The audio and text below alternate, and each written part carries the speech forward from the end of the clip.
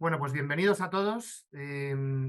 Como he dicho antes a los primeros que se han podido conectar, les pedimos que mantengan sus audios apagados para que no se mezclen los sonidos y también las cámaras para no distraernos si es posible. Bueno, eso tiene menor importancia, pero sobre todo el audio, por favor, para que esto pueda funcionar bien.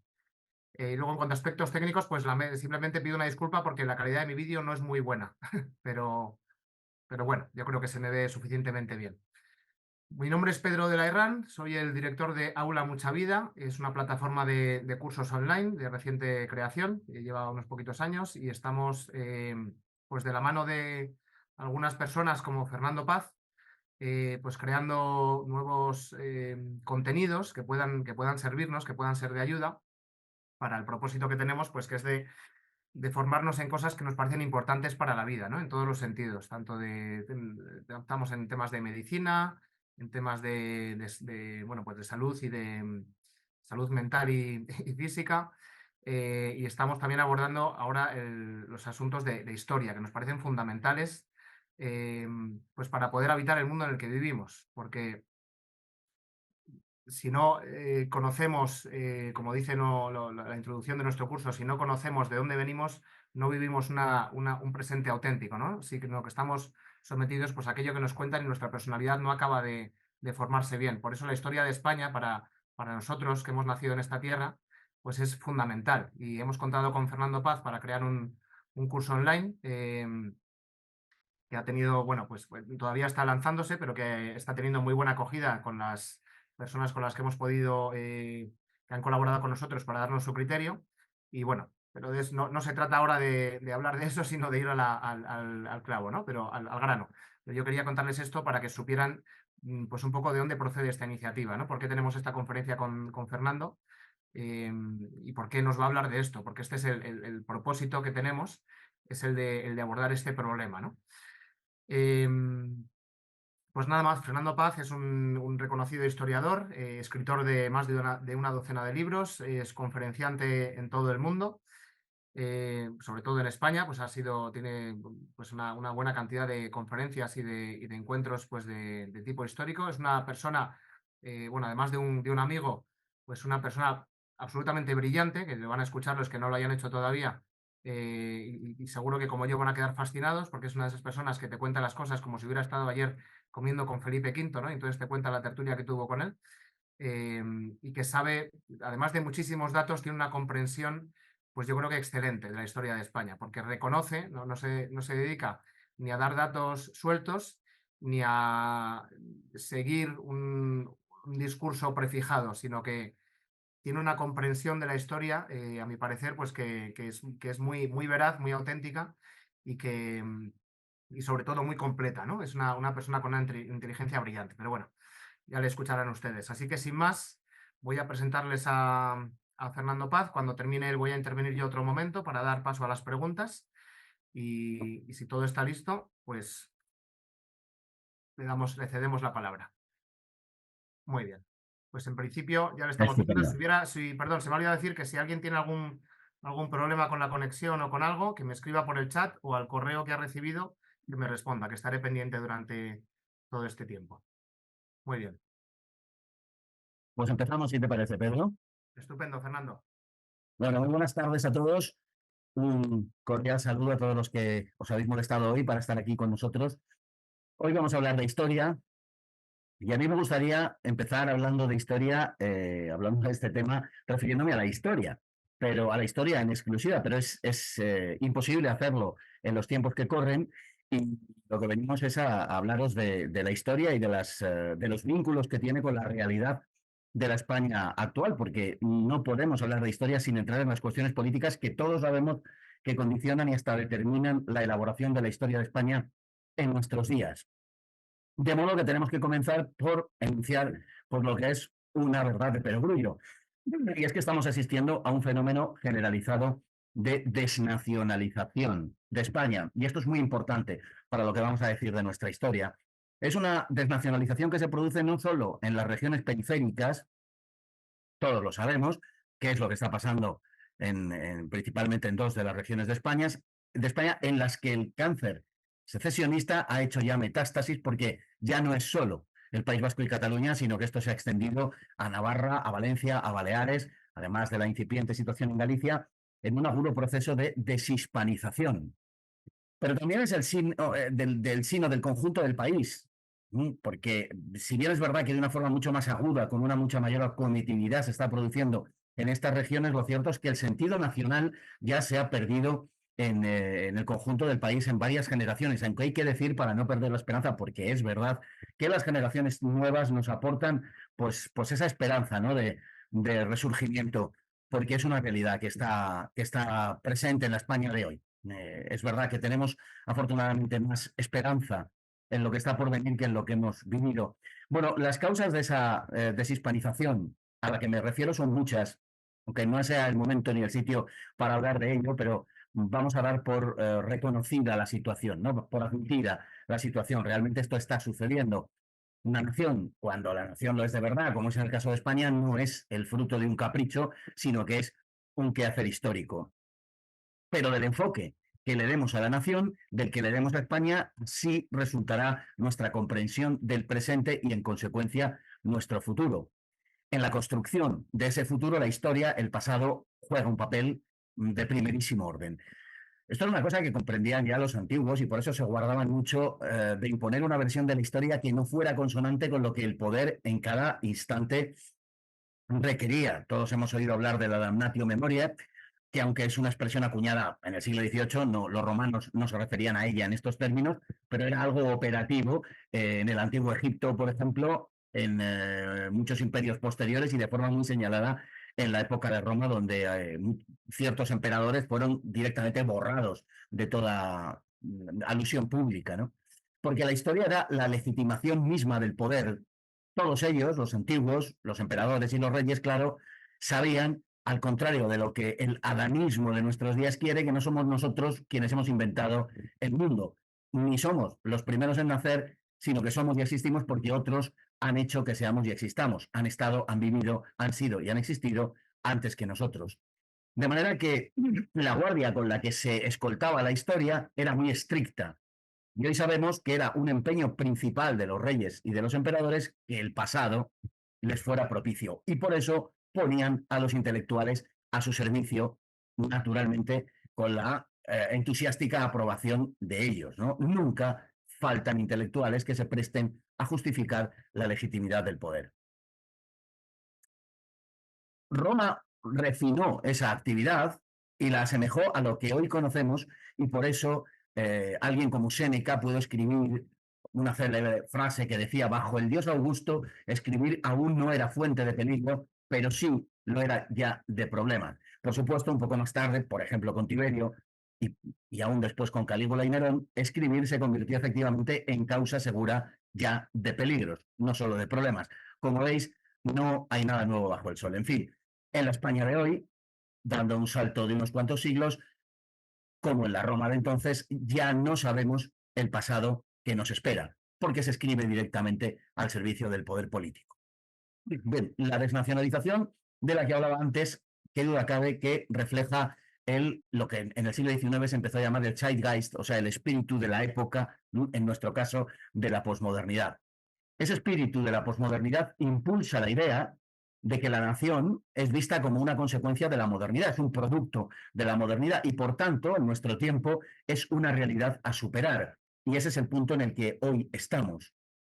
De modo que la desnacionalización de España está impulsada de un modo deliberado. No es casual. Aquí en lo que vamos a hablar hoy, la verdad es que no hay nada casual. Bueno, no vamos a entrar ahora en otra cuestión que no sea la que hace referencia a la historia, aunque resulten, como decía antes, inevitables las referencias políticas, porque están en la mente de todo. De todos, lo que quiero poner de manifiesto es que el estudio de la historia está condicionado por la finalidad ideológica a la que se pretende que sirva. Y esto es algo que de entrada debe quedar claro. La historia, la elaboración intelectual al servicio del poder. Y eso tiene su traslación directa en lo que ya se viene convirtiendo en lo que vamos a llamar la historia oficial. Una historia oficial que se elabora a través de la academia y, muy importante, de los medios de comunicación. Decía antes que no puede soslayarse la importancia de la política, puesto que ésta imprime un sesgo ideológico a la comprensión de nuestro pasado. Esa comprensión se centra en determinadas cuestiones, algunas de las cuales están presentes y otras ausentes, ahora lo explicaremos, en la historia oficial. Lo que se enseña en los colegios, institutos y universidades y lo que propagan los medios, las películas y las series. Me explico con un ejemplo real. Todos hemos oído muchas veces y de muchos modos expresado que España es un país muy mestizo por la cantidad de pueblos que han pasado por la península ibérica. Bueno, es una idea muy popularizada y que se ha extendido por la opinión pública. Es algo que todo el mundo da por hecho, casi en las conversaciones cotidianas. Por eso, la mayor parte de la gente lo que no sabe es que es exactamente al contrario, que la genética de los españoles es hoy asombrosamente homogénea, que los pueblos que llegaron a la península desde el alba de la historia lo hicieron en muy pequeñas cantidades y su aportación es insignificante en el conjunto de la población española. Esencialmente, el pueblo español hasta estos comienzos del siglo XXI, es el mismo que emergió de la prehistoria. Ya veremos lo que sale de los acontecimientos y de los flujos migratorios que estamos viviendo, ¿no? Pues bien, la de la homogeneidad genética, es una realidad que está ausente. De esto no se nos habla. La pregunta ¿es importante o es mejor que exista dicha homogeneidad genética o que esté ausente en una nación? ¿Es mejor o es peor que esté presente en el caso de los españoles, ¿no? Pues en principio no es mejor ni es peor en sí mismo, es simplemente la realidad de lo que somos, la realidad de lo que constituye el sustrato biológico de España, simplemente la realidad. Sin embargo, y esta es la cuestión a la que quiero ir, y por eso lo ilustro con este ejemplo, al construir la historia desde el presente y a la hora de hacer historia oficial, ideológicamente correcta, se comprende fácilmente que se crea en esa pluralidad de orígenes, que todos tenemos sangre semita de los fenicios o de los cartagineses, que por nuestras venas hay abundante sangre árabe, berebere, judía o germánica. Esto es una evidente falsificación por ausencia. Sencillamente no se nos habla de esto. Mientras se nos recrea el relato de la llegada de aquellos primeros pueblos a la península o de los subsiguientes en los siglos posteriores, no se nos dice cuál ha sido el impacto que han tenido en el conjunto de la población española, dando a entender de alguna manera por omisión que pues los españoles son el fruto de un sinfín de mezclas cuando en realidad no es así. Para comprender lo que está pasando, debemos detenernos en algunos aspectos, pues son varios los caminos por los que se falsifica la historia de España en nuestros días. Un primer punto es, en primer lugar, tenemos que tener en cuenta el enfoque de la historia en los planes de estudio, que son reflejo de cuál es la historia oficial.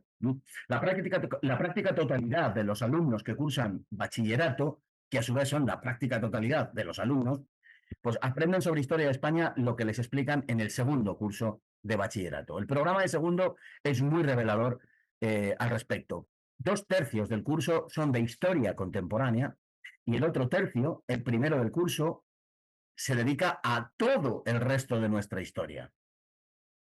Obsérvese la inmensa desproporción, ¿no? Solo eso ya es una declaración de intenciones, una declaración temática. Y eso por no hablar de que es en la especialidad de contemporánea donde el dominio progresista es más acentuado. Lógicamente, los profesores les cuentan lo que ellos han aprendido en la carrera. ¿Y qué es lo que los profesores han aprendido en la carrera? Bueno, pues es llamativo la escasa cantidad de alumnos de historia en las universidades de Historia de América, por ejemplo, o de Historia Moderna. Los planes de estudio están por lo común en manos de historiadores de contemporánea que, como diremos más adelante, tienen un sesgo muy marcado. Y eso tiene su correlación con los planes de estudio. Por eso se produce una desproporción entre unas épocas y otras de la historia de España. Una desproporción que evidentemente tiene una raíz, tiene un porqué y tiene un objetivo ideológico, que es lo que vamos a explicar. En segundo lugar, se produce además el silenciamiento de determinados actores sin los que el entendimiento del pasado es imposible y, lógicamente, este queda grotescamente deformado. Resulta inconcebible que, siendo la época contemporánea a la que más atención se presta, apenas se hable, cuando la estudiamos, de la dialéctica entre el catolicismo y la masonería en el siglo XIX, por poner un ejemplo. Cuando es evidente que buen número de cosas que sucedieron en los siglos XIX y XX obedecen a los propósitos secularizadores de las autoridades liberales, muchas de las cuales ocuparon posiciones muy destacadas en la masonería. Luego puede uno enjuiciar dicho proceso secularizador de un modo negativo, positivo o como quiera, ¿no? Pero lo que resulta innegable es la importancia que tuvo ese proceso. Bueno, pues esto sencillamente no existe. El anticlericalismo, la quema de conventos, las algaradas anticlericales, las periódicas matanzas de curas, la propaganda antirreligiosa de las organizaciones revolucionarias, liberales progresistas al principio y anarquistas y socialistas más tarde, todo eso prácticamente no existe. De modo que, por poner un ejemplo, cuando se producen las jornadas de los asaltos a los templos durante la Segunda República, el 10 de mayo de 1931, el episodio resulta incomprensible. Todo lo más, pues, se puede deducir que es el fruto de una indignada protesta popular justificable, es lo que se da a entender, a la vista del poder de la Iglesia y de sus riquezas. En el temario de bachillerato, la masonería prácticamente no existe. En algunos textos, en primero de bachillerato solo se refiere a ellos en una o dos ocasiones cuando se habla de la independencia de Italia, de la formación del Reino de Italia, y en segundo de bachillerato, que es a lo que nos estamos refiriendo por la historia de España, apenas hay alguna referencia en todo el texto. Ya digo que 2/3 partes se refieren a la historia de España. La masonería, por tanto, no existe.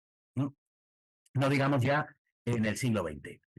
Bueno, si tenemos en cuenta, y permitiendo el comentario, que uno de los objetivos de dicha organización, de la masonería, es pasar desapercibida, resulta inevitable sospechar de su ausencia en dichos planes de estudio. En fin, el tercer punto también es llamativo, el muy escaso espacio que se dedica a América.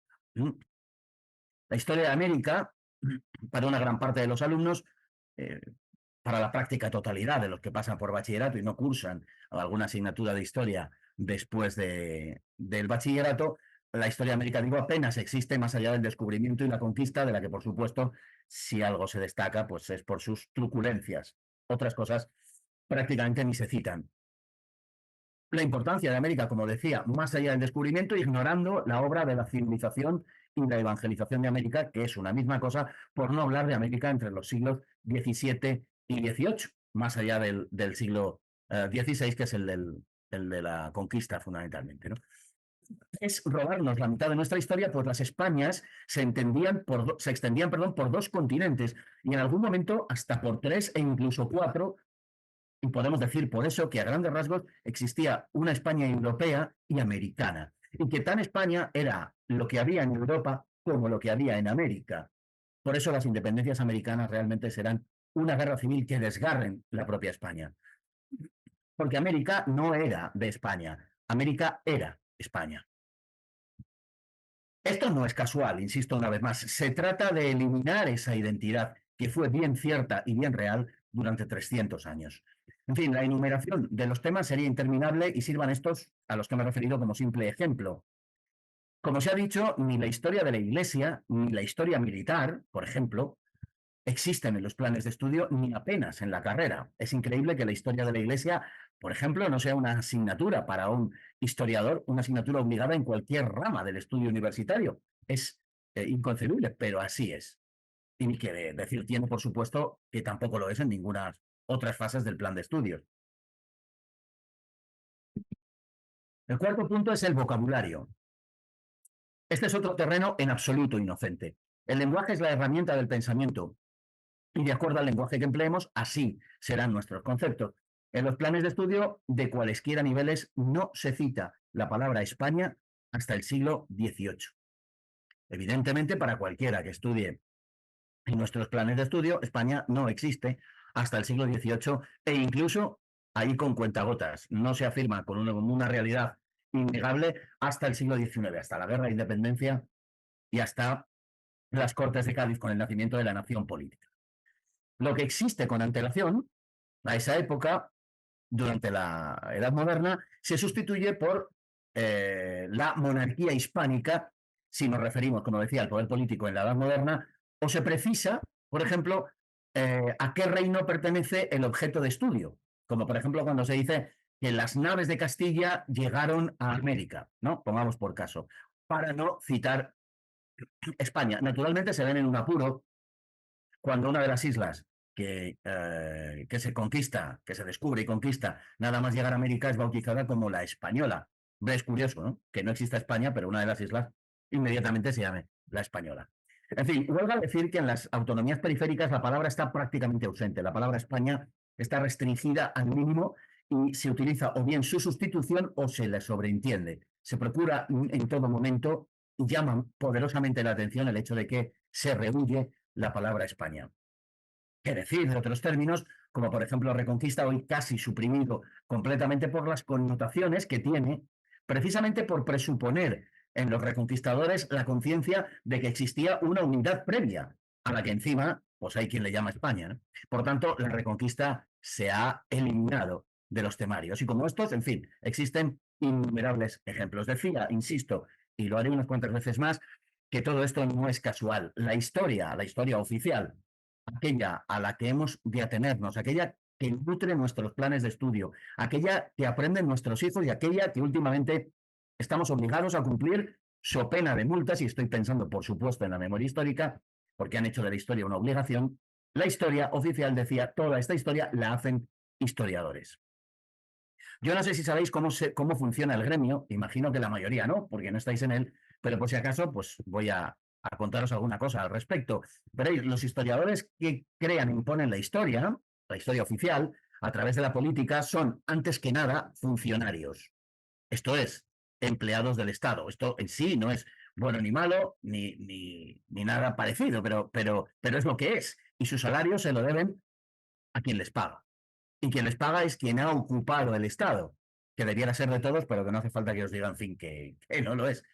Y quien les paga tiene el propósito, hoy indisimulado, de imponer una determinada visión del mundo y de nuestro país. Los historiadores están supervisados y su labor está básicamente enfocada a satisfacer las exigencias burocráticas. Suelen ser personas con poca experiencia de las cosas de las que hablan.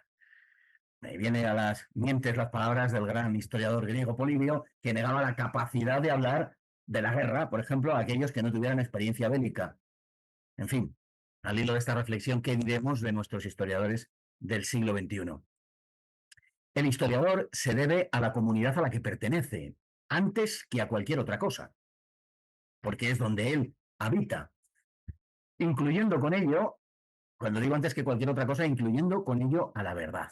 Se debe antes a la comunidad profesional, siendo esta una cuestión, también es verdad, que afecta a otros colectivos profesionales. Por supuesto, no es privativo de los historiadores, pero también.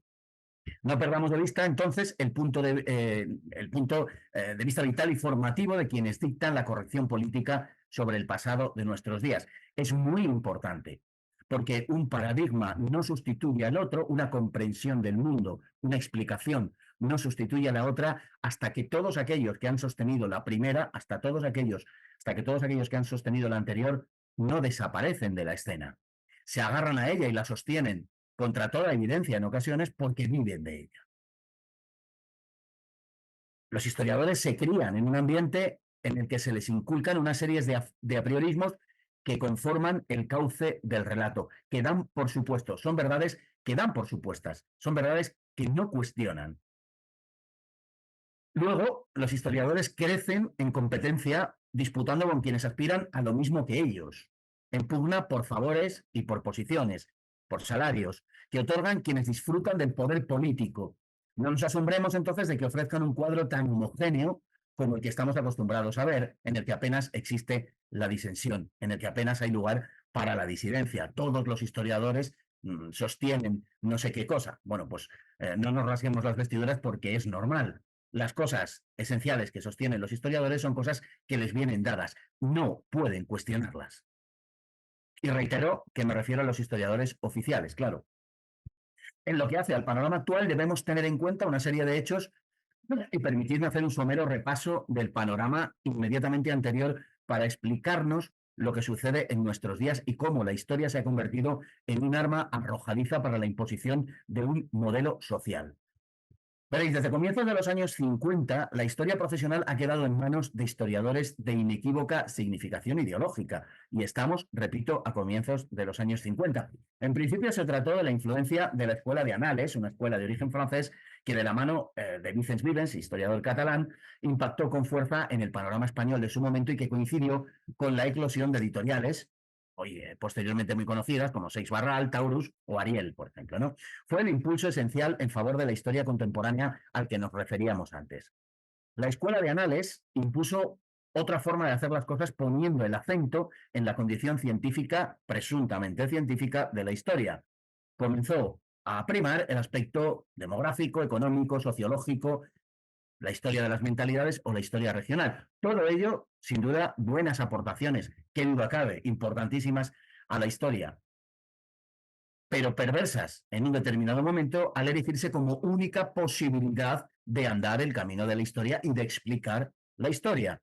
Todo eso, además, preparaba el camino para el asentamiento de que perdón, de que la historia es una disciplina científica, con todas las implicaciones que tiene eso. Si es así, entonces el devenir de la historia es ineluctable y se puede prever. La historia nos sirve para prever lo que va a suceder en el futuro. Esta era la pretensión que se tenía. Esta historiografía, en ocasiones de origen liberal, terminó dando paso a la historiografía marxista. En el caso español hay dos ejemplos muy claros, bueno, hay muchos más, pero dos de los más eminentes, que es el caso de Vicens Vives con Josep Fontana y el de Carlos Seco Serrano, Borja de Riquer, por recurrir, como digo, solo a los dos casos más conocidos. La escuela de Anales, focalizándose en torno a los factores más puramente materiales, cuantificables e infraestructurales, o al menos así lo veían ellos, abrió el camino al marxismo.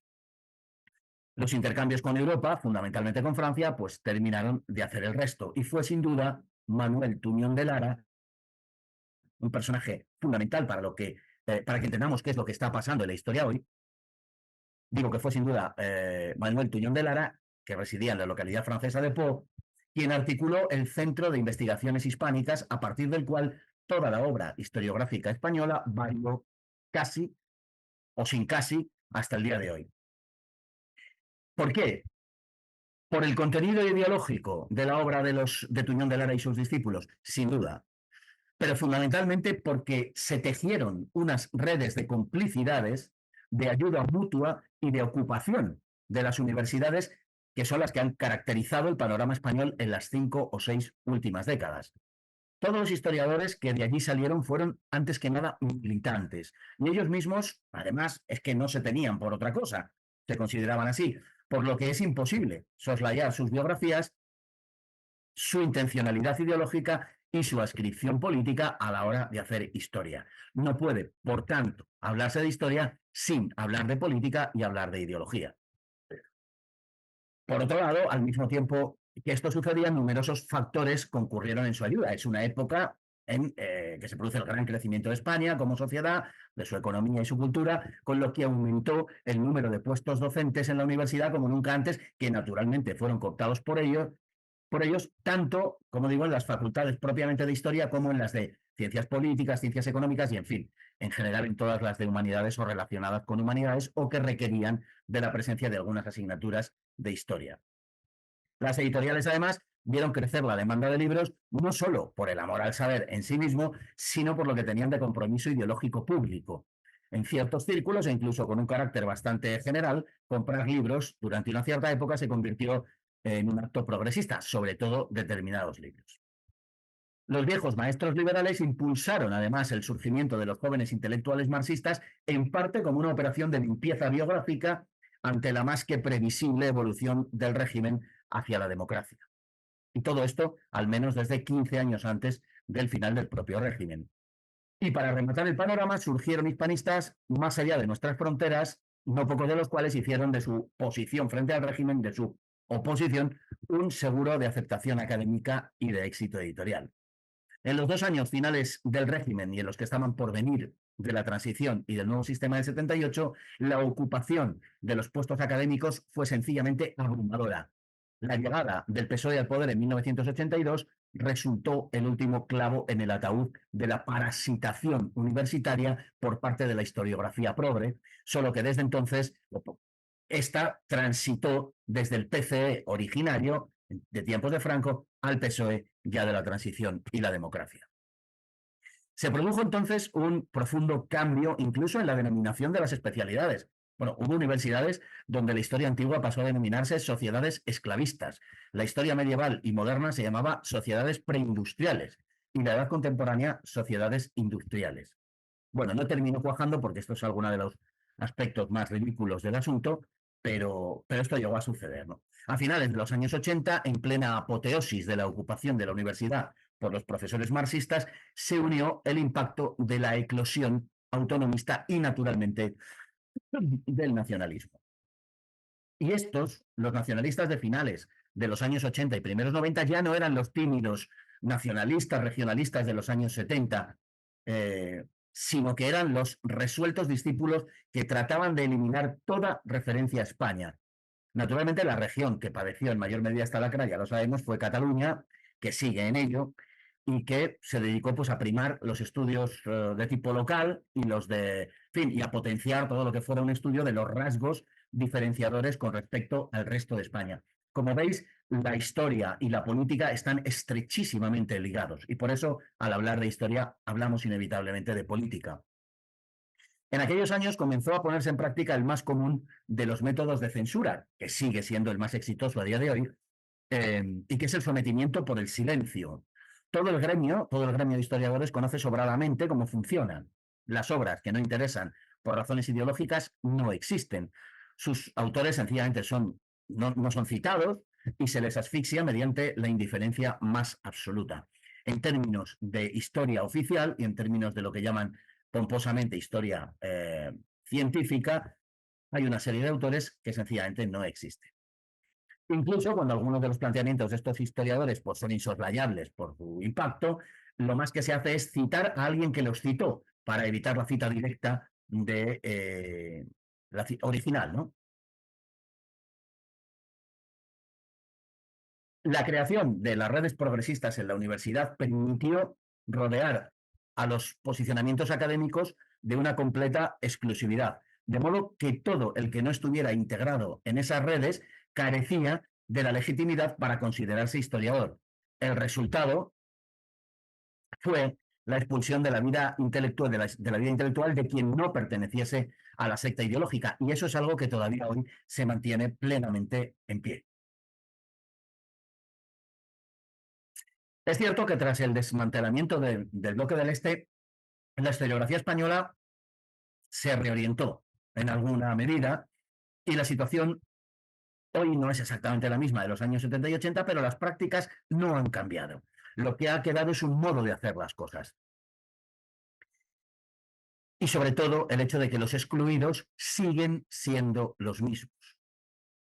Apenas se ha, en fin, modificado la situación por la eclosión de editoriales disidentes y por la existencia de universidades desligadas del sector público. Mediada la década de los 90, sin embargo, se produjo un feroz contraataque por parte, después de la caída del muro de Berlín, de una izquierda absolutamente desnortada que se había quedado huérfana y todo aquello cristalizó en torno a lo que conocemos como la memoria histórica. Bueno, como acertadamente señaló uno de los miembros del Departamento de Contemporánea de la Universidad Autónoma de Madrid, la memoria histórica nació en el clima de la llegada del PP al gobierno en 1996. No es casual. 3 años antes, en 1993, Felipe González, amenazado por el ascenso del Partido Popular, en aquel momento liderado por José María Aznar, había vinculado a este con el franquismo. Empezó a vincular a Aznar y empezó a vincular al Partido Popular con el franquismo para deslegitimarle. Era la primera vez que se utilizaba dicha arma con un carácter sistemático. Hasta entonces, el pacto de la transición era que no debía hacerse descender al terreno político las cuestiones históricas. La historia no podía entrar en el debate político. Desde 1996, y digo sin embargo que Felipe González lo había hecho para que sepamos y para que veamos de dónde viene esto, desde 1996 decía, consumado el ascenso al gobierno de la derecha, comenzó en serio el proceso de deslegitimación a través de la memoria histórica, ante el acomplejamiento cultural e histórico del Partido Popular. Y dado ese hecho, pues la izquierda volvió a dominar el discurso y construyó un relato esencialmente falso en lo histórico, pero moralmente correcto. Se consagró la idea de que la verdad histórica no juega ningún papel objetivo, por lo que se le puede adecuar al fin propuesto, que no es otro, sino el de hegemonizar culturalmente la sociedad. El corolario de esta situación fue la subordinación de la derecha a los valores progresistas de un modo definitivo que tuvo por imágenes más grotescas, permitidme que las evoque, los esperpentos protagonizados por Aznar y su pretensión de hablar catalán en la intimidad, así como su identificación pública con Manuel Azaña. En fin, las triunfales carcajadas de la izquierda resonaron en todo el país. Desde entonces, el sectarismo más profundo e indisimulado, llamado memoria histórica o memoria democrática, que va variando con el paso del tiempo en su denominación, pero que es exactamente lo mismo, solo que un poquito más acentuado, si cabe, digo que ese indisimulado sectarismo se ha impuesto como categoría moral. No me estoy refiriendo solo a la Universidad Española, sino al lenguaje público y a los medios de comunicación. Esa memoria histórica se ha consagrado ya, como decía, como una categoría moral. El relato de la izquierda más extrema ha adquirido una centralidad insospechada apenas un par de décadas atrás y se ha adueñado del espacio público imponiendo una narrativa que no admite réplica. Todo esto ha pasado incluso a la ley y ha tenido un impacto en muchas otras esferas de la vida nacional. La memoria histórica tiene además otra virtud para sus creadores. Reconstruye, y esto no es un tema menor, el bando derrotado en la guerra civil y establece y refuerza vínculos entre la izquierda progresista y el secesionismo, vínculos que son perfectamente visibles en nuestros días, en este verano de 2024, particularmente entre el progresismo y el secesionismo catalán y vasco, lo que se traduce en una correlación política, como digo, que a nadie se le escapa. Y aquí llegamos al centro del asunto. ¿Qué es lo que posibilita esa coyunda pseudointelectual? ¿Qué es lo que permite una monstruosidad como eso que llamamos memoria histórica? Pues de un lado, como digo, la memoria histórica sería ante todo una categoría moral, que muchas veces apenas tiene nada que ver con la historia.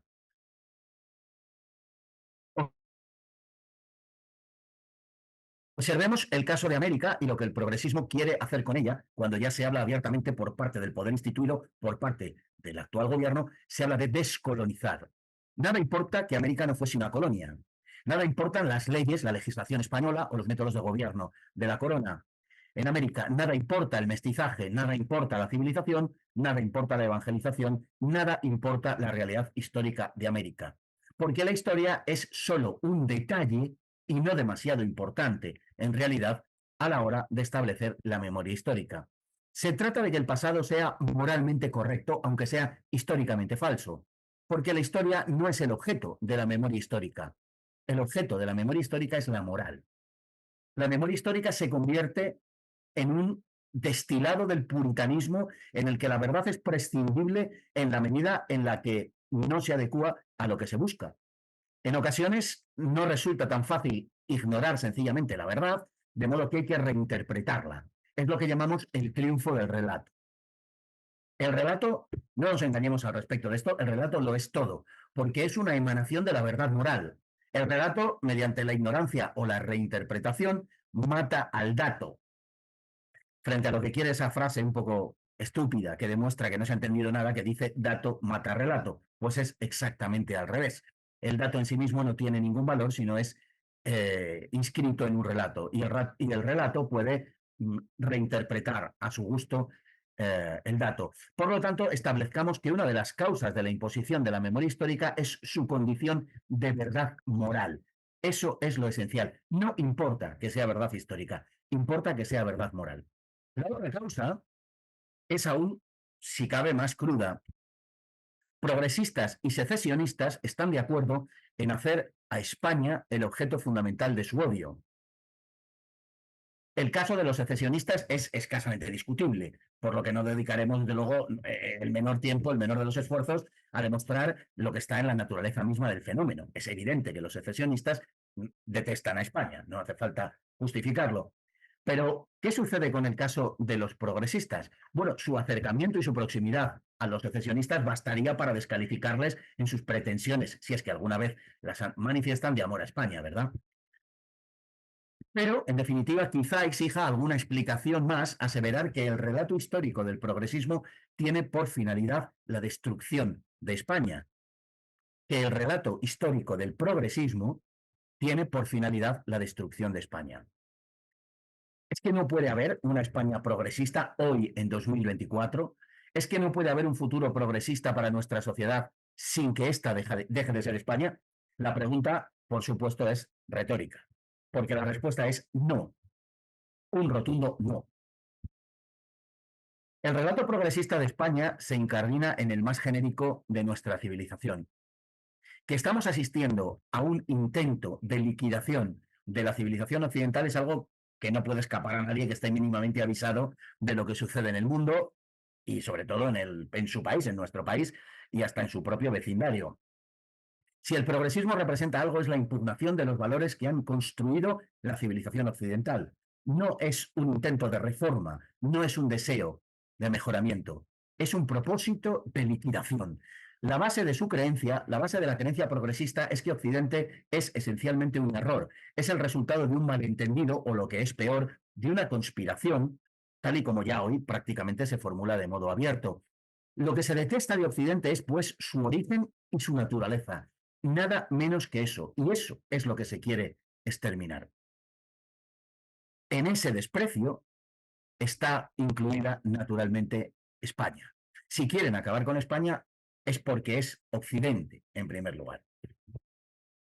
A veces, desde determinadas posiciones, se mantienen discusiones de forma absurda.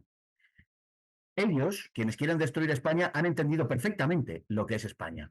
España es un proyecto histórico. España es una historia determinada en función de unas coordenadas precisas y unas coordenadas que son las que han creado España. España no es cualquier cosa que crezca sobre el viejo solar de la península ibérica, de esta península situada en el suroeste del continente europeo, ¿no? No todo lo que ha habido sobre la península, no toda construcción política existente en la península ha sido España en el pasado y, por supuesto, puede suceder lo mismo en el futuro.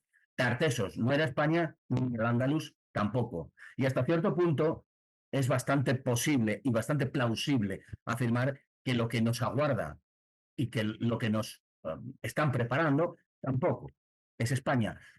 Porque la naturaleza de España es una naturaleza, como digo, histórica. España como nación histórica, no me voy a detener en esto, comienza, repito, como nación histórica, comienza en el siglo VI a finales, con la monarquía de Recaredo, con el Tercer Concilio de Toledo, y continúa en un proceso de recuperación de la nación que llamamos, sí, le llamamos reconquista, para alcanzar su plenitud en la era imperial, en defensa justamente de aquello que constituía su propia naturaleza. Lo que el progresismo quiere es destruir esa obra histórica para levantar otra cosa en el lugar sobre el que un día se erigió España. Lo que salga de ahí, lo que salga del proyecto progresista no será España, sino su falsificación, una impostura que no puede engañar a nadie, aunque desgraciadamente engañe a muchos. Aunque no sea fácil establecer cuándo comenzó esta obra de demolición, y desde luego no es de ahora, no cabe duda de que en nuestros días está alcanzando su cenit con las leyes de memoria histórica. ¿Cómo se está haciendo? ¿Cómo se ha venido haciendo a través de los años en que prevalece esa excrecencia pseudointelectual, porque esto es lo que es, conocida como memoria histórica? Pues mirad, dejadme deciros algo, que es algo que es el punto del que hay que partir para entender esto. La memoria histórica se ha convertido en la puerta de entrada para la destrucción de España. Y esto es el núcleo de la cuestión que estamos tratando. A nadie se le escapa que el instrumento del que se vale esa formulación de la memoria histórica, todo ese armazón, es Franco, mediante la execración de Franco, mediante su satanización, y ahora entenderéis por qué me centro en la figura del general Franco. Digo que mediante su execración y satanización, lo que realmente buscan es destruir ese proceso histórico que ha sido, que es España. Para los que conozcan lo que viene sucediendo en Alemania desde el final de la Segunda Guerra Mundial, nada de esto será enteramente novedoso. Pero como en España no se tiende a estudiar excesivamente la historia de otros países, bueno, bastante tenemos con estudiar la nuestra, que tampoco lo hacemos, pues no estamos para hacer historia comparada o para estudiar otras historias, ¿no? Bien, en cualquier caso, os sonará como una y otra vez, cada vez que quieren eliminar algún vestigio de Franco o del régimen anterior en el espacio público, recurren al argumento de que esto en Alemania sería impensable. Siempre es el mismo retornelo, que allí, en Alemania, todo lo que tiene que ver con Hitler ha sido aniquilado. Pues bien, aunque no sea ese su propósito, cuando esgrimen este argumento, están descubriendo sus cartas. Porque efectivamente, en Alemania ha sido Hitler la palanca a través de la que han desgermanizado el país, a través de la que han desnacionalizado Alemania. Desde los años 70, la historiografía alemana, sobre todo de la mano de Hans Ulrich Weller, viene insistiendo en que la historia alemana es una anomalía en el conjunto de Europa, una anomalía que ha desembocado en Hitler. Esa anomalía recibe el nombre de Sonderberg, que es el camino especial, ¿no? Por lo tanto, lo que procede es condenar dicha historia, lo que significa lo mismo que condenar a la propia Alemania. Si la historia alemana es capaz de producir algo como Hitler, entonces toda la historia alemana es un gigantesco error. En España, la memoria histórica ha sentado las bases de un proceso muy similar. Lo que se está haciendo, lo que se ha hecho ante nuestros mismos ojos, es hitlerizar a Franco. Por resumirlo enormemente, si la historia de España ha producido algo como Franco, recordad el paralelismo con Alemania, es que las bases de la historia de España, la naturaleza de lo que somos, lo que hemos sido durante siglos, nuestra misma naturaleza es patológica. Y así comenzamos a ver cómo la etapa de la condena universal de Franco ya ha sido superada. La satanización de Franco ya está conseguida. Se han detenido ahí ni muchísimo menos. Lo que han hecho es saltar de nivel. La política cultural oficial, naturalmente asumida y producto a su vez del estado de degradación al que ha llegado la academia y al que ha llegado la universidad, está apuntando con decisión hoy hacia nuestro pasado colonial, según dicen. Desde el gobierno se habla abiertamente de descolonizar nuestros museos y se compara el pasado español con el de otros países, como ha hecho el ministro Urtasun, no sé por qué siempre nos tocan las mismas acémilas en cultura, asimilando nada menos que la América hispana con el Congo belga, así como suena. Los que creían que se iban a conformar con Franco empiezan a darse cuenta de su error. Algo tarde. Franco solo era la palanca a través de la cual acceder a la historia en su conjunto para destruirla, porque un pueblo es antes que nada su historia. Aceptada la eliminación de Franco, se sigue todo lo demás. Que nadie tenga ninguna duda, de la condena de Franco se llega a la de la América hispana, se llega a la descolonización. Y esto es particularmente importante porque España sí tiene futuro frente a lo que ellos pretenden. Me refiero a España, naturalmente no a lo que el progresismo quiere hacer de nuestro país. En la era de los grandes conjuntos regionales, la supervivencia del Estado-nación está ligada a su encaje en alguno de estos grandes conjuntos. Esto es una realidad geopolítica. Es cierto que ya nadie, y tampoco España, puede sobrevivir aislada en nuestros días, en nuestro caso, de manera más pronunciada quizá que en el de otros. Por eso, lo que proponemos, lo que hoy venimos a proponer, es rehacer nuestra historia, es redimensionarla.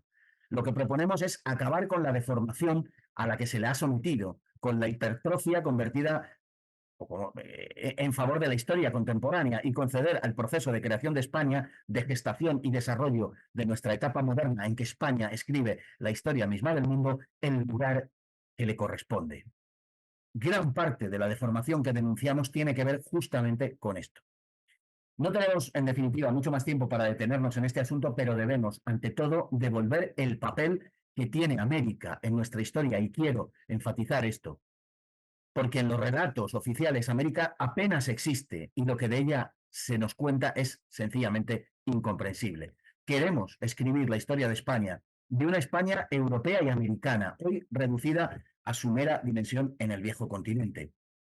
La hispanidad es nuestro pasaporte para andar por el mundo con la cabeza alta, lo suelo decir habitualmente. España solo puede escapar de esta penosa etapa que padecemos, que nos asfixia por arriba, reconstruyendo la hermandad con los pueblos hispanos, con los pueblos que hablan nuestra misma lengua, que tienen nuestra misma cultura. Solo eso permitirá que España aún exista para nuestros hijos. España ya no puede ser más tiempo reducida simplemente a esta dimensión europea, ni España va a serlo más porque se deshaga en aras, en favor de un proyecto globalista que ocupe a todo el continente. Si no recuperamos la hispanidad, España se deshará. Fijaos si es necesario esto que os digo y fijaos si no existe un deliberado propósito en esa ocultación a la que me refiero por parte de la historia oficial. Y me permito aquí traer las palabras de un historiador francés. Recordad, he dicho francés, que dijo algo como esto. Hay un momento superior en la historia humana, la España entre 1500 y 1700. Un momento superior en la especie humana. Comparadlo con la historia oficial y comparadlo con lo que pretende este gobierno y este ministro de Cultura. Podéis estar seguros de que la historia escrita en estas últimas décadas lo ha sido con el fin de hurtarnos realidades como esta. Lo ha sido con el propósito de avergonzarnos, de que reneguemos de nuestro ser hispano. Por eso hoy nos encontramos con que España ha muerto en el alma de muchos de sus hijos. La historia oficial ha subrayado todo lo que nos divide y sigue subrayando y enfatizando todo lo que nos divide a juego con el discurso político, todo lo que nos separa y todo lo que nos desliga de nuestro pasado. Es decir, todo lo que reniega de lo que verdaderamente nos hace españoles. A cambio, nos han legado esta tristeza nuestra de hoy. Como os decía, para terminar, queremos escribir la historia de España, no la de cualquier otra cosa que hagan nacer entre nosotros. No nos avergüenza proclamarlo. Nosotros creemos en España y por eso queremos escribir su historia. Pues muchísimas gracias por estar ahí escuchándonos, escuchándome y ojalá que el mensaje que hemos tenido la ocasión de compartir esta tarde os llegue a todos vosotros, porque nuestro propósito al hablaros desde, en fin, este canal es precisamente ese, el de llevar a vosotros una interpretación novedosa, diferente y distinta de la historia de España, donde se redimensione todo lo que hemos sido, toda nuestra historia en definitiva, en favor de nuestras mejores páginas, porque eso es justamente lo que nos une y eso es justamente lo que nos hace España y lo que nos promete un futuro. Creedme, todo lo demás nos abisma a la separación y a la destrucción de nuestra patria. Y a partir de ahora, pues supongo que Pedro me pasará las preguntas que hayáis tenido la ocasión de hacer. Sí, vamos a... Muchas gracias, Fernando. A ver si consigo ponerme... Así, me pongo en el primer plano. Pues muchísimas gracias, Fernando, por estas palabras, por este mensaje fundamental.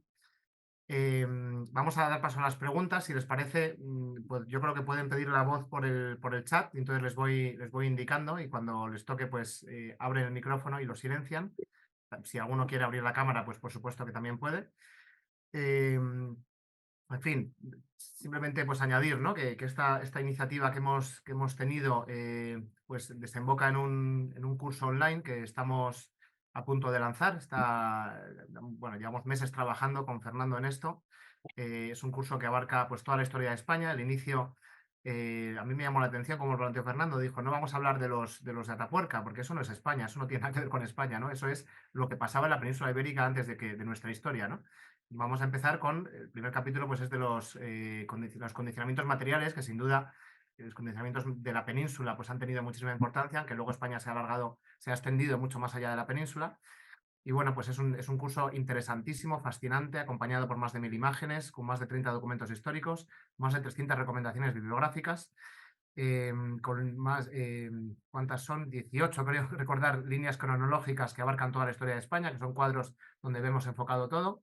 El curso es fundamentalmente a base de vídeos y dura unas 15 horas en total, dividido en 38 vídeos, 27 capítulos, y de verdad que merece muchísimo, muchísimo la pena, ¿no? Perdonen la ocasión para hacer la promoción, pero de verdad que queremos también aprovechar esta ocasión, toda la gente interesada, porque va a merecer muchísimo la pena y sobre todo, pues que es un curso que está enfocado a todo tipo de públicos, para las familias lo pueden ver con los hijos, hablar de ello, lanzar preguntas a Fernando durante el curso también, que dura un año la conexión para poder hacerlo a su ritmo. Y bueno, ya no digo más. Vamos a dar paso entonces a las preguntas. Voy a ver por aquí. Si les parece, yo voy nombrando a las personas y ustedes mismos pues se abren el micrófono. Si vemos que esto no funciona, pues busco otra manera. Pero primero hay un perfil llamado Said Salim Chong. Si quiere esta persona hablar, por favor. Hola, buenas noches. Mi nombre es Saide Chalinchón García. Muy Yo bien. soy un español de origen cubano. Soy uno de esos tantos hispanoamericanos que he recuperado mi condición perdida de español. Yo escribo en el debate, opinión, y todos los días, cada vez que publico un artículo, siempre estoy hablando de la necesidad de salvaguardar la etnia hispana, salvaguardar la hispanidad. Por recomendarles un artículo mío, les puedo recomendar España, la esperanza de Europa, Hispanoamérica y el mundo. España, la esperanza de Europa, Hispanoamérica y el mundo. Don Fernando, hace tiempo que quería conocerle, no he tenido Bueno, la muchas oportunidad gracias. de coincidir con usted. Qué bueno que existan estos espacios porque habemos hispanistas casi, esto se ha convertido ya, el tema de la hispanidad es casi como una religión necesaria para el mundo. Y yo quería hacer una pequeña reflexión. Los españoles están a punto de llegar casi a los 50 millones de españoles, quién se iba a imaginar, ¿no? Con el tema del ocaso demográfico y todo esto. Es cierto que dentro de esos 50 millones de españoles, casi 50 millones de españoles, hay muchos que no sienten los colores. No es mi caso, yo lo siento profundamente. Y lo que usted está diciendo, usted tiene toda la razón del mundo. La hispanidad son 600 millones de seres humanos que hablamos una lengua, que compartimos una etnia, que compartimos ADN, que compartimos una cultura, que compartimos aspectos jurídicos, que compartimos... siempre se decía en Cuba que el mejor invento del español ha sido la mulata, así que imagínese usted si compartimos cosas. Con lo cual, yo le estoy a usted muy agradecido por la exposición que usted ha hecho. Me gustaría, ya fuera de este espacio, si pudiera ser posible que pudiese contactar con usted, porque habemos muchas hormiguitas en muchos lugares tratando de construir unos cimientos para enfrentarnos a todo esto que yo describo en mis artículos en muchísimas ocasiones. Yo sé que usted habla mucho de eso. Yo le amo el poder anglo-eugenésico. Siempre estoy hablando de eso constantemente y que responde a toda esta nueva ola, ¿no? De posmarxismo, este marxismo nuevo que quieren hacer sin Marx y sin el marxismo-leninismo. Yo como cubano tengo mucha experiencia, comí y viví mucho comunismo, con lo cual me sorprende, ¿no? Que muchísimas personas no entiendan, a pesar de que le avisamos, oiga, venimos del futuro, sabemos lo que va a pasar en España, tengan cuidado, y la gente no son capaces de darse cuenta. Y nada, más que preguntar, quería dar las gracias y reafirmar un poco, ¿no? Lo que usted ha venido diciendo. Muchísimas gracias. Pues muchísimas gracias, muchísimas gracias. Por supuesto que sí, le agradezco enormemente sus amabilísimas palabras de todo corazón. Muy bien, muchas gracias. Perdón, nos ha encantado la intervención, Saide. Lo único, voy a pedir, por favor, que tratemos de hacer preguntas un poco directas, porque nos hemos pasado un poquito de tiempo, más que nada. Si tuviéramos más tiempo, pues yo creo que sería vamos, una tertulia más distendida, pero para poder atender a las preguntas que hay, las siguientes que sean un poquito más breves. Aquí, bueno, pues Alberto nos da las gracias, que hay que enseñar a nuestros hijos, desde luego que sí. Silvia, no sé si quiere formular la pregunta en audio, la leo por aquí, que dice, Fernando, ¿crees que hay límites a esta tiranía a la que estamos sometidos? Pues hombre, límites los que marca la condición humana, ¿no? La verdad es que políticamente lo que caracteriza al momento es precisamente una ruptura de los límites que habían constituido los cauces externos de en fin, del quehacer político en España desde hace mucho tiempo. Sin duda ninguna se han saltado esos límites y en todos los aspectos, ¿no? Y bueno, pues estamos en una situación hasta cierto punto, en ese sentido, digamos, novedosa por todas partes. Nadie sabe muy bien, posiblemente ni siquiera su principal protagonista, dónde estamos y dónde queremos ir, porque había eso que se llama ahora líneas rojas, que yo es una expresión que detesto, pero que entiende todo el mundo. Había, como digo, unos límites marcados, unas reglas del juego más o menos claras, quizá no tanto en el aspecto positivo cuanto en el negativo, aquello que no se podía hacer y que se está haciendo y se está utilizando. Bueno, precisamente en la charla que hemos tenido hoy he hecho alusión también a eso que pasó en el año 93, cuando Felipe González incorporó al debate político las cuestiones históricas, ¿no? Que era un compromiso que existía, compromiso tácito, que no estaba escrito en ninguna parte, pero que existía desde los primeros momentos de la transición, no utilizar la historia como arma política.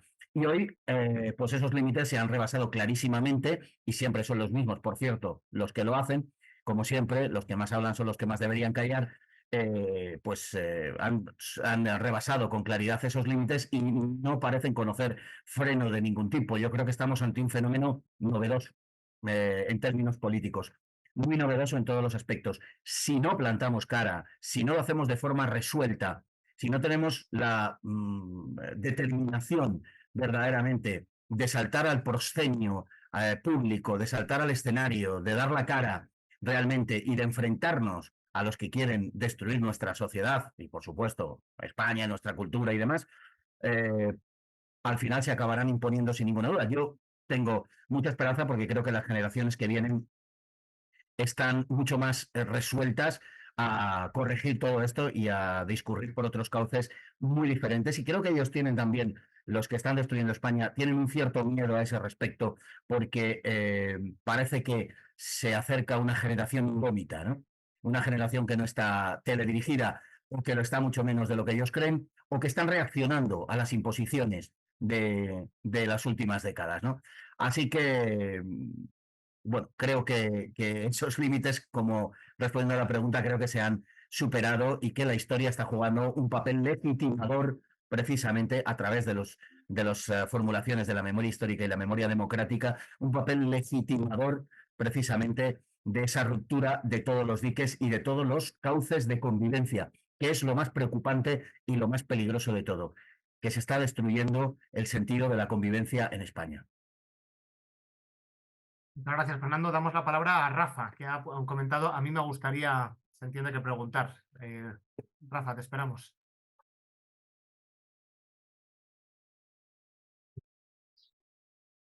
Hola, Fernando. Muy buenas. ¿Se me oye? Sí. Sí, no, yo quería preguntarte si no ves que puede existir algo más de, no sé si se me escucha bien ahora, te veo ahí forzado. Raulín. Nada, quería preguntarte si tú no ves algo más de fundamento en ese proceso que dices de de que a cuenta de la figura de Hitler, pues pretende condenar a Alemania. A ver, yo no creo que se deba condenar a Alemania, pero yo sí que veo, o sea, por ejemplo, que el nivel de delirio al que llegó el nacionalsocialismo, por ejemplo, o sea, sí que está muy involucrado en lo que es su propia tradición filosófica, en todo el luteranismo.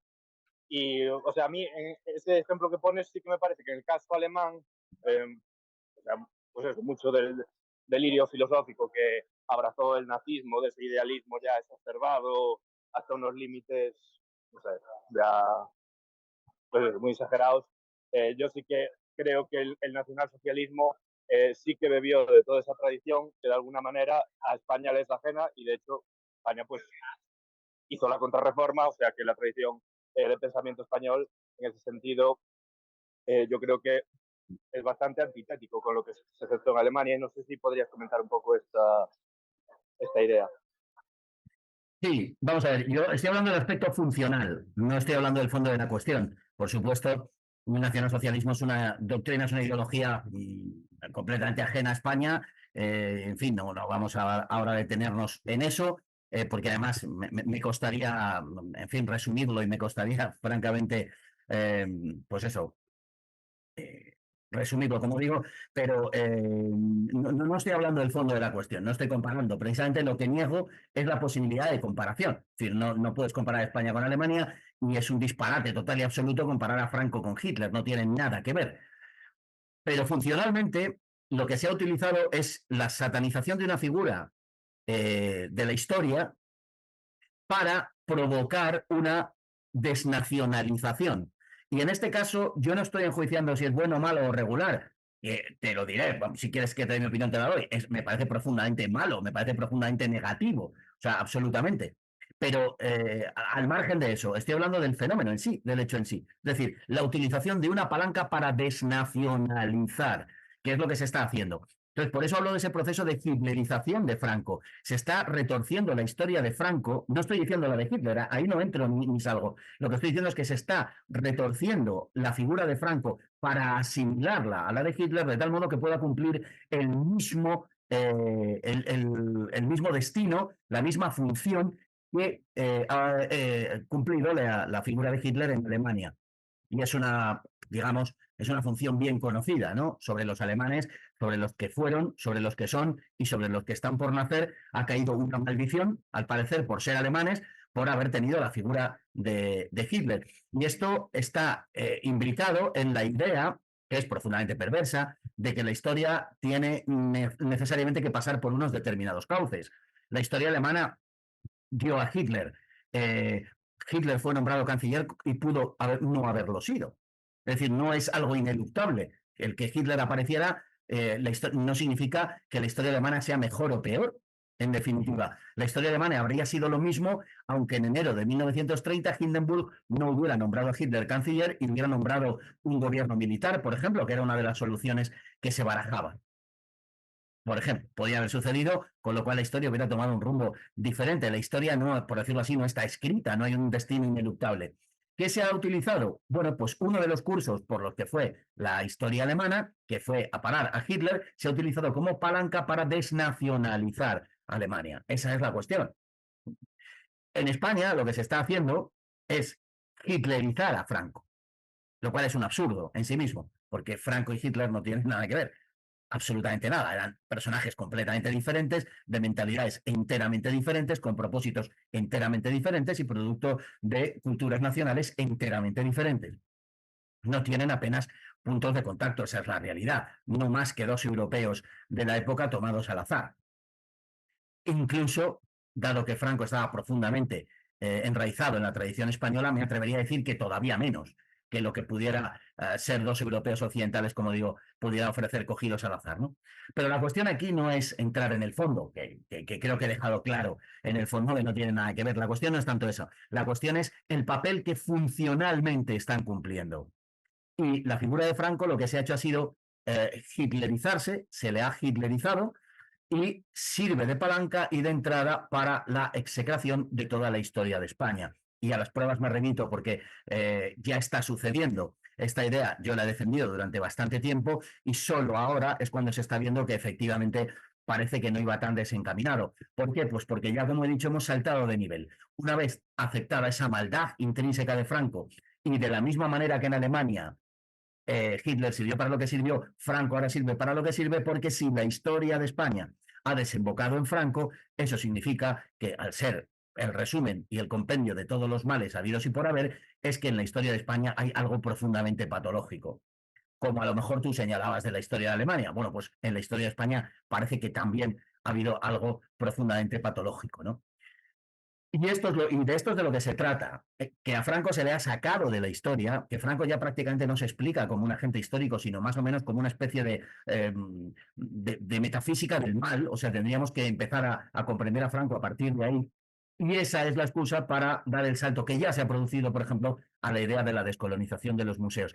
¿Qué significa la descolonización de los museos? Significa que hemos tenido colonias, que hemos sido perversos, que hemos tenido esclavos, que no somos una raza maldita por pertenecer a Occidente, por ser blancos, por haber sido cristianos, o por algunos incluso seguir siéndolos, no digamos nada si además católicos, y por lo tanto la lógica consecuencia de Franco nos explica a posteriori todo ese mal que está enraizado en nuestra historia. Ya estamos ahí, ya estamos en que no hay nada que celebrar el 12 de octubre, en que fue un genocidio, en que hay que descolonizar los museos, etcétera. El que creyera que esto iba a terminar en Franco, estaba profundamente confundido. Y la verdad es que el tiempo, bueno, pues ha dado la razón a los que así pensábamos. A las pruebas me remito. Muchas gracias. Vamos a dar la palabra a Jorge Álvarez Palomino, que quería preguntar. Sí, muchas gracias. Buenas tardes. Fernando, un placer escucharte, como siempre. Ya he tenido ocasión de escucharte en otras ocasiones y siempre es fantástico. Y además, creo que la conferencia ha sido muy esclarecedora. Yo quería hacer una pregunta rápida, por no alargarnos.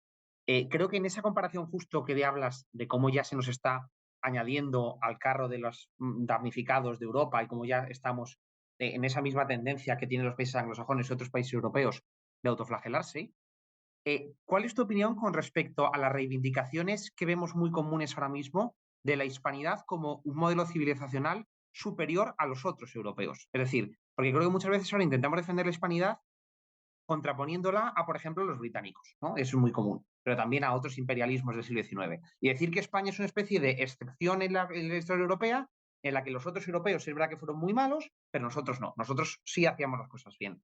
¿Crees que esto, aunque tiene un pozo de verdad, desde luego, es contraproducente porque en el fondo puede llegar a aumentar la rueda del discurso anticolonial que en el fondo nos afecta a todos? Bueno, esto que planteas es crucial, por supuesto. Tendría muchos ángulos de explicación. La verdad es que la realidad histórica es la que es. Es decir, es que España, la diferencia es que España se fue a América, se volcó en América. Como digo, América no era de España, sino que América era España. Y por tanto fue administrada y gobernada como cualquier otra parte de la corona. Eso no sucedió en el caso de otros imperios que efectivamente lo vieron a esas tierras por las que se extendían como objeto de rapiña. España no lo vio así, aunque lógicamente, mira, cuando se dice, por ejemplo, que se habla, por ejemplo, de la explotación de la minería, es verdad que España explotó las minas fundamentalmente de plata. Siempre dicen el oro y realmente fue mucho más la plata. Pero bueno, es verdad que explotó las minas de plata. Diablos, y las de la península también. Y las minas de Almadén también, y las minas de Río Tinto también. Es decir, claro, pero eso no significa que se consideran colonias, precisamente porque eran territorio de la corona exactamente igual. En términos, no quiero caer en un anacronismo, que es algo que siempre yo fustigo digamos, con vehemencia, pero para entendernos en términos contemporáneos diríamos que eran territorio nacional, no como sucedía en el caso de otros imperios. Es decir, eran territorios de la corona y se administraban dentro del sistema polisinodial de la España imperial, se administraba exactamente igual. Había un consejo de Indias, como había un consejo de Italia, como había un consejo de la Inquisición, como había consejos territoriales y consejos de otro tipo. Bueno, pues estaba el consejo de Indias exactamente igual. Entonces, claro que hay una diferencia esencial entre España y otras colonizaciones. España fue imperial y los otros fueron imperialistas. Y son cosas enteramente diferentes, completamente diferentes. De hecho, no solamente los modos de gobierno, que ahí están, ¿no? Es el hecho de que el único continente mestizo, si entendemos por mestizaje que una de las partes estén compuestas por europeos, el único es América. Por supuesto, América al sur del Río Bravo, claro. No hay otro continente mestizo, no hay mestizaje en África, no hay mestizaje en Asia, no hay mestizaje en las islas del Pacífico. No lo hay, esa es la realidad. ¿Por qué? Pues porque España no llegó allí para explotar y marcharse como hacían los demás. España llegó allí para quedarse, porque aquello era España y se sentían españoles, hasta el punto que, como sabes, seguramente pues, se llegó a hablar de los españoles de los dos hemisferios. Y yo considero además que aquello efectivamente eran españoles. Por eso la guerra de independencia es una guerra civil. No solamente una guerra civil dentro de América, sino una guerra civil en España, en su conjunto. Entonces, digamos que hay dos grandes tradiciones, que la escuela de Gustavo Bueno habla de imperios generadores e imperios depredadores, y España era un imperio generador. Y en ese sentido, lo que sucede, no quiero extremar el ejemplo y no quiero extremar tampoco digamos, la caracterización, pero lo que hace España es romanizar América. En esos dos grandes modelos de colonización, digamos, hay uno que podemos oponer al otro, que es el romano y el cartaginés. El cartaginés es, bueno, pues del que es heredero, podemos decir así, es el modelo del que es heredero, no es que sea heredero directo, entendámonos, pero de ese modelo, por ejemplo, el Reino Unido, ¿no? Es un modelo de explotación colonial clásico de factorías en la costa y de puramente comerciales, ¿no? Sin mayores pretensiones, en realidad. El modelo romano es otra cosa. Roma se asentaba en los territorios a los que llegaba y les daba sus leyes. Y eran romanos a todos los efectos. Esa es la realidad. España, en ese sentido, lo que hizo fue completar la romanización que llevó a cabo en Europa el Imperio Romano en América. Y es un modelo imperial muy semejante, enormemente semejante. España se entregó a sí misma en América y se entregó con sus virtudes y sus defectos. Por supuesto que eso no era la Arcadia feliz, porque en las humanas cuestiones nunca habrá nada que sea la Arcadia feliz, pero probablemente es lo más parecido que ha habido seguramente, y así lo atestiguan los viajeros de los siglos, sobre todo XVII, XVIII y comienzos del XIX. Bueno, está el caso del célebre Humboldt, pero no es el único, ni muchísimo menos.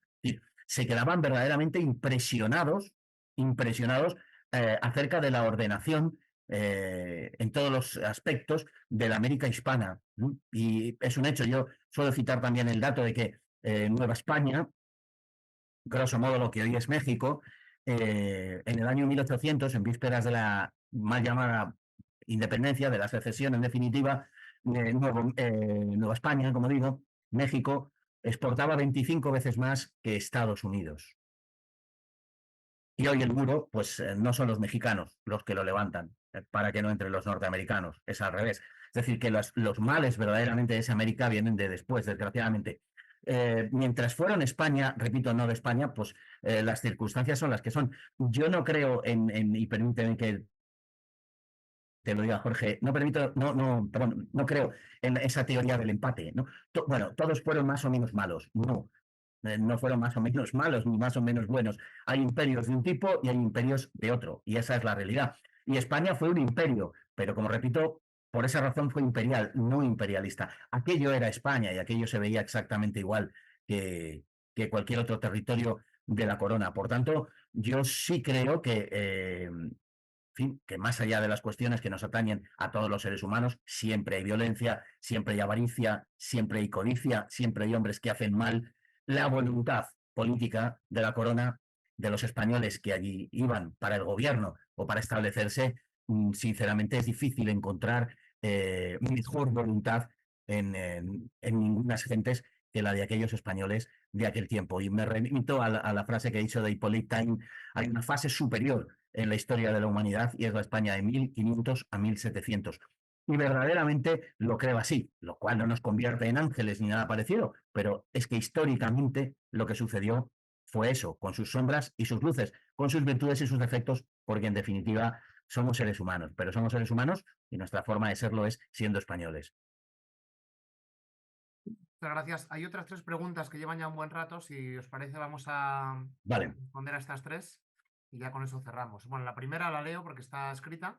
Es de Juan Antonio y pregunta: ¿es el sistema autonómico el culpable de la disgregación de España? ¿La transferencia de la educación su herramienta? Bueno, lógicamente el nacionalismo y el secesionismo existía antes del Estado de las Autonomías, pero existía de forma considerablemente mitigada.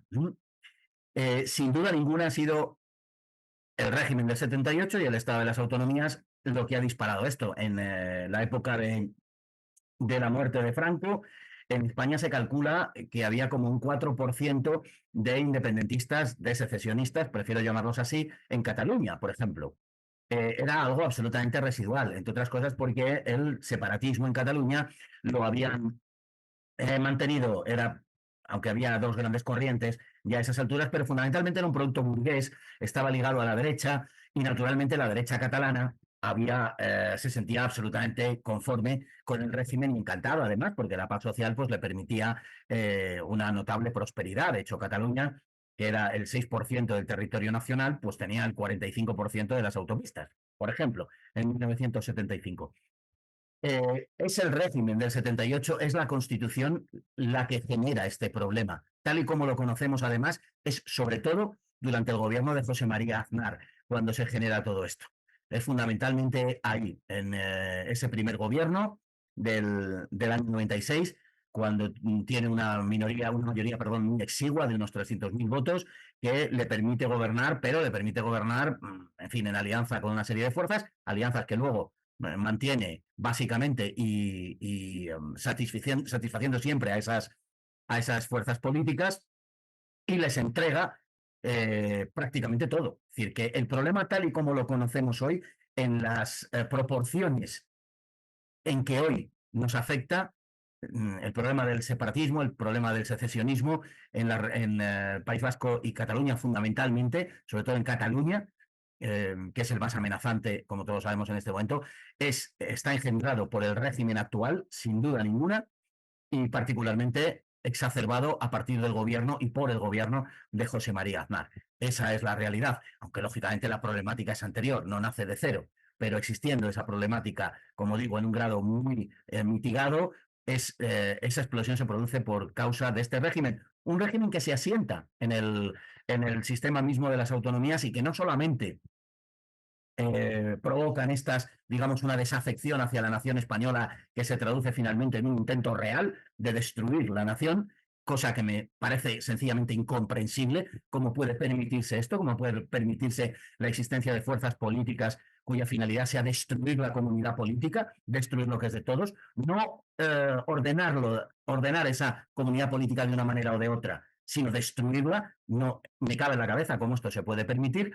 Pero lo cierto es que esto es así. Y como digo, en la dimensión actual, pues está claro que es un producto de este régimen y que, junto a muchas otras cosas, va a ser algo que suceda lo que suceda con el régimen y en la evolución futura política en España, va a ser algo que nuestros hijos, sin duda ninguna, van a heredar y mucho me temo que o Dios lo remedia o va para largo, sí. Muchas gracias. La siguiente pregunta, quizás se responde con la anterior, pero bueno, por no dejarlo, ya que nos hemos comprometido a nombrarla, dice Alberto, dice, Fernando, ¿no crees que el sistema educativo de estos progres va dirigido a hacer perder el orgullo por nuestra historia, borrando de los planes educativos figuras como Blas de Lezo, Farnesio, Alba, Urdaneta, etcétera? Bueno, sin la menor de las dudas, sí. Es lo que hemos comentado, claro. Todas estas figuras sencillamente no existen, ni se menciona prácticamente, o como mucho, pues se le dedica, qué sé yo, 3 líneas a la vuelta alrededor del mundo, por ejemplo, la figura de Urdaneta, del galeón de Manila, por ejemplo, ni se habla en bachillerato, en fin, del Océano Pacífico. Es que realmente tenemos que saber lo que un día fuimos, ¿no? Que pensemos que el Océano Pacífico es la tercera parte del planeta, ocupa la tercera parte del planeta. El Océano Pacífico es un territorio en el que cabe más de 300 veces España, ¿eh? Más de 300 veces España. Bueno, pues el Océano Pacífico, como muchos de ustedes saben, era conocido como el lago español. Y puso en contacto 3 continentes. Fue algo verdaderamente increíble en nuestra historia. Las hazañas de la navegación es que no se explican en qué condiciones navegaban los marineros de entonces, los españoles de entonces que recorrían el mundo, que dominaban los océanos. Es que todo esto no se cuenta. ¿Cómo se va a sentir orgullo de algo que se les conoce? Pues por definición, es imposible. No son ya las hazañas que, por supuesto, de conquista de imperios con 700 hombres apenas, ¿no? De esas exploraciones de selvas, de desiertos, de montañas, esos descubrimientos del río más caudaloso del mundo, como es el Amazonas, ese recorrido del Amazonas por Orellana, qué sé yo, del establecimiento de las primeras ciudades en América o en Estados Unidos, que es algo verdaderamente sin par en la historia. Es que no hace falta llegar a eso, ¿no? Es simplemente atravesar el Atlántico. No tenemos idea de lo que representaba una travesía como era la del Atlántico. No sabemos la cantidad de gente que murió. Es decir, no se nos enseña, quiero decir, la cantidad de gente que murió, por ejemplo, en busca del tornaviaje, en busca del viaje de vuelta de Filipinas a Acapulco, de Filipinas a América, ¿no? Todo esto se desconoce, no se sabe que el Pacífico está salpicado de islas que llevan el nombre de santos y vírgenes en español. Y eso, como no se sabe, pues pudo ser rebautizado por los británicos, que llegaron 200 años después que los españoles, y pretender que lo habían descubierto ellos, y naturalmente rebautizarlas sin apenas, a todas esas islas, sin apenas una protesta de España y sin que España se haya tomado en serio, digamos, esa reivindicación. Bueno, es que no se sabe que España realmente, y no lo saben los españoles, que España realmente escribió las más brillantes y gloriosas páginas de la historia universal durante la Edad Moderna, y que es una realidad objetiva, que es así. Y es que no podemos, en fin, si supiéramos, por ejemplo, las condiciones y cómo eran los barcos en el siglo XV, en el siglo XVI, y lo comparamos pues con las exploraciones británicas del XVIII y no digamos ya del XIX, es que la comparación no se puede verdaderamente sostener. Lo que hizo España, de verdad, que no tiene parangón en la historia. Y no es nacionalismo, porque yo no me considero nacionalista, me considero patriota, pero no me considero nacionalista. Yo no creo que cualquier cosa por el mero hecho de ser española es mejor que cualquier otra cosa que sea de otra origen o naturaleza, ni muchísimo menos. Al revés, el patriotismo español es un patriotismo crítico. Yo también soy de los que aman a España porque no les gusta. Entonces no me complazco en esas cosas en las que, pues bueno, mucha gente parece sentirse tan a gusto. Yo no soy patriota porque me gusta la tortilla de patata, que me gusta, pero no lo soy por eso. No tiene nada que ver con eso. De manera que, pues he tenido, digamos, la oportunidad de venir a este mundo siendo español. De otra manera no me podría concebir a mí mismo. Y naturalmente que siento un enorme orgullo de los vínculos que me unen a mis antepasados. Por supuesto que sí. La educación trata de forma explícita, incluso como digo, a veces de forma explícita y en cualquier caso implícita, de que no sintamos ese orgullo, de que nos desliguemos de aquella España, de que España, en definitiva, de que España no sea el espejo en el que nos miremos, de que España no sea aquello a lo que queremos llegar. Es que lo que tenemos que hacer es reconstruir España, es construir España. Eso es lo que tenemos que hacer, porque lo que tenemos ahora no es España. Es una cosa degradada, es una impostura. Y por tanto, claro, el sistema educativo en manos de quien está, por supuesto, que lo que pretende es que no tengamos España. Muchas gracias, Fernando. Última pregunta, sé que hay una más de Luz, lo lamento muchísimo, Luz, ya no vamos a poder atender a esa porque es que si no se nos va, ya llevamos media hora tarde, pero bueno, como vemos que estamos tan a gusto, pues lo prolongamos, pero ya vamos con la última, de David Alonso, que dice así, el régimen actual no impide a la hispanidad en su conjunto crecer y desarrollarse, podría ser una monarquía con poderes. No sé si hace falta alguna aclaración a esta pregunta, Fernando, si es así, pues le pedimos a David que hable. Bueno, quiero entender pues que el régimen, o sea, preguntaba por el lado de si el régimen en definitiva tiene algún interés en la hispanidad. Y me parece evidente que no. Es decir, el régimen actual no tiene absolutamente ningún interés en revivir la hispanidad, no tiene absolutamente ningún interés en que España redescubra su vocación atlántica, su vocación en el Pacífico, su vocación americana. Por supuesto que no, hemos abandonado nuestra influencia, por ejemplo, en Guinea Ecuatorial de una forma vergonzosa. Es verdaderamente deplorable traer aquí la cuestión del Sáhara, absolutamente nauseabundo, por no hablar de otras cosas que abandonamos hace ya mucho tiempo, como Filipinas. Hay también fuerzas en lugares como Puerto Rico que quieren o que están buscando, que desean, que piden un acercamiento a España. España no hace absolutamente nada como reacción a esas peticiones, como reacción a esos deseos. Y desde luego que las fuerzas que dirigen a España en modo alguno quieren ver a la hispanidad como un bloque de naciones, en modo alguno quieren verlo como un bloque operativo. De hecho, fijaos que incluso no son solamente estas fuerzas. Hay también una serie de fuerzas vinculadas, bueno, yo diría que a la derecha, se puede decir con claridad, que lo que pretenden es una especie de revival, ¿no? De resurrección, una especie de evocación de la hispanidad que no se traduzca en nada político, que permanezca en el terreno de lo cultural, una especie de, permítaseme la expresión, de onanismo cultural, donde nos complazcamos en nuestro glorioso pasado y nos miremos el ombligo, por no decir otras cosas. Y que eso no tenga, como digo, una traslación a la política, que eso no sea operativo políticamente, ¿no? Y eso está pilotado pues, por algunas fuerzas que obedecen a los intereses, lógicamente, de la angloesfera, a los intereses de quienes pretenden por todos los medios que la hispanidad verdaderamente no recobre vida, porque parte de su interés es su ascendiente sobre la América hispana. En esa proyección de la hispanidad, que debería ser nuestra bandera y que desde luego no es la del régimen, es cualquier cosa menos lo que pretende el régimen, quiero también decir que debemos incluir a la lusofonía, a los países de raigambre lusa, de raigambre portuguesa, que también nos proyectan hacia otras esferas y que yo creo que acogerían en un proyecto universal de este tipo, lo acogerían con enorme entusiasmo, porque en Portugal, sin hacer absolutamente ningún esfuerzo de ningún género, el 30% de la población vería con agrado, según las encuestas, una unificación con España o un acercamiento, en fin, de cualquier tipo con España.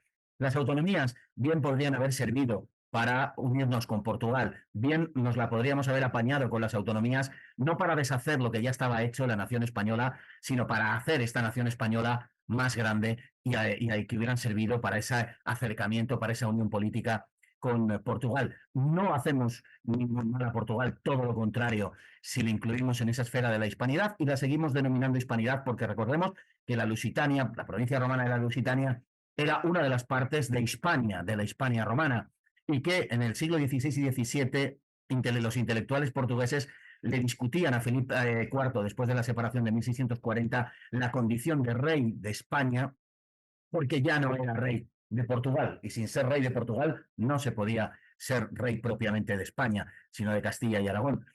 De manera que ellos se reivindicaban hispanos, y yo también reivindico la hispanidad de Portugal, y por tanto la inclusión de la lusofonía en ese proyecto de la hispanidad, por supuesto, que rebasa también América y que nos lleva pues, a algunas de los lugares en que se asentó Portugal en Asia y, por supuesto, en África, en Cabo Verde, en Guinea-Bissau, en Angola y en Mozambique, ¿no?